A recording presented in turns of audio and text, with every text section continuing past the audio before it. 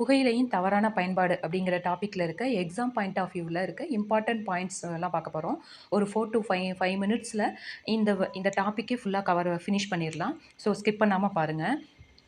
இப்போ இந்த புகையிலை வந்துட்டு எந்த தாவரத்துலேருந்து எடுக்கப்படுதுன்னா நிக்கோட்டியானா டொபாக்கம், நிக்கோட்டியானா ரஸ்டிகா அப்படிங்கிற தாவரங்கள்லேருந்து இது எடுக்கப்படுது. இந்த டொபாக்கோ வந்து எப்போதும் நம்ம கேள்விப்படுறோம். ஸோ அதை ஈஸியாக ஞாபகம் வச்சுக்கலாம். இப்போ டொபாக்கோ வாங்க ரஷ்ஷாக இருக்குது, அதாவது கூட்டமாக இருக்குது அப்படின்னு ஞாபகம் வச்சுக்கோங்க. டொபாக்கோ வாங்க ரஷ்ஷாக இருக்குது அப்படின்னா இந்த ரஸ்டிகா ஞாபகம் வந்துடும். அடுத்து இந்த புகையிலையை பயன்படுத்துகிறவங்க அதுக்கு அடிமையாயிறாங்க இல்லையா, அதுக்கு என்ன ரீசன் அப்படின்னா அதில் இருக்க நிக்கோட்டின் அப்படிங்கிற அல்கலாய்டு தான் அதுக்கான காரணம். ஏன்னா இந்த அல்கலாய்டு வந்து கிளர்ச்சியை தூண்டும். இது கிளர்ச்சியை தூண்டுறனால அதை வந்து திரும்ப திரும்ப பயன்படுத்தணும் பயன்படுத்தணும்னு ஆசைப்பட்டு அதை வந்து அதுக்கு வந்து அடிமையாயிடுறாங்க. இது வந்து நச்சுத்தன்மை வாய்ந்த பொருள். இந்த நிக்கோட்டின்கிற அல்கலாய்டு வந்துட்டு நச்சுத்தன்மை வாய்ந்த பொருள். அடுத்து இந்த புகைப்பிடித்தலால் ஏற்படுற ஆபத்துகள் மற்றும் அதனால் ஏற்படுற விளைவுகள் பற்றி தான் பார்க்க போகிறோம். இந்த புகைப்பிடிக்கும் போது வெளிவர்ற புகையிலேருந்து என்ன வெளியாகுது அப்படின்னா பென்சோபைரின் பாலிசைக்ளிக் அப்படிங்கிற ஹைட்ரோ கார்பன்கள் வெளியாகுது. இந்த ஹைட்ரோ கார்பன்கள் வந்துட்டு புற்றுநோயை ஏற்படுத்தக்கூடிய காரணிகள். இந்த ஹைட்ரோ கார்பன்கள் இதனால் நுரையீரல் புற்றுநோய் ஏற்படுது. அப்போ சுவாசிக்கிறப்ப என்ன வெளிவருது? பென்சோபைரின் பாலிசைக்ளிக் அப்படிங்கிற ஹைட்ரோ கார்பன்கள் வெளிவருது. இது வந்து புற்றுநோயை ஏற்படுத்தக்கூடிய காரணிகள். அதனால் நுரையீரல் புற்றுநோய் ஏற்படுது. இதை சுவாசிக்கிறவங்கள, அதாவது புகைப்பிடிக்கிறவங்களுக்கும் சரி, அந்த புகையை சுவாசிக்கிறவங்களுக்கும் இந்த பாதிப்பு ஏற்படும்.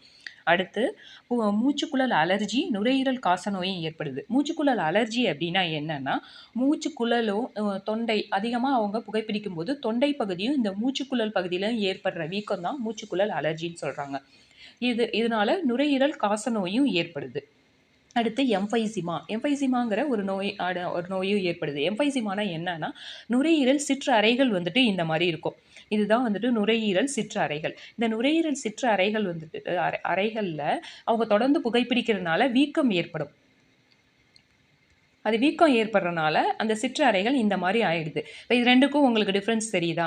இதில் இருக்க சுவாசிக்கிறதுக்கான மேற்பரப்பும் இதில் இருக்க சுவாசிக்கிறதுக்கான வீக்கம் ஏற்பட்டதும் இருக்கிற மேற்பரப்புக்கும் நமக்கு டிஃப்ரென்ஸ் தெரியுது இல்லையா? இதனால சுவாசிக்க கஷ்டமாக இருக்கும். இந்த நோய்க்கு பேர் தான் வந்துட்டு எம்பைசிமா அப்படின்னு சொல்கிறாங்க. அடுத்து ஹைபாக்சியானா என்னன்னா இந்த புகைப்பிடிக்கும் போது வெளிவர்ற புகையில் வந்துட்டு கார்பன் மோனாக்சைடு இருக்கும்.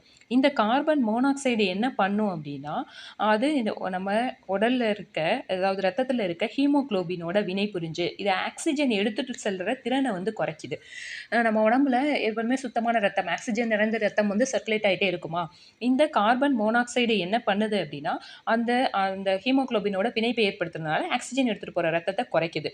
இதனால் நம்ம உடம்புல உடல் திசுக்களில் வந்து ஹைபாக்சியா அப்படிங்கிற ஒரு நிலை வந்து ஏற்படுது. அதுவும் நம்ம உடம்புக்கு பாதிப்பை ஏற்படுத்துது. அடுத்து அதிக இரத்த அழுத்தம். அதிகமாக புகைப்பிடிக்கிறதுனால அதிக இரத்த அழுத்தம் ஏற்படுது.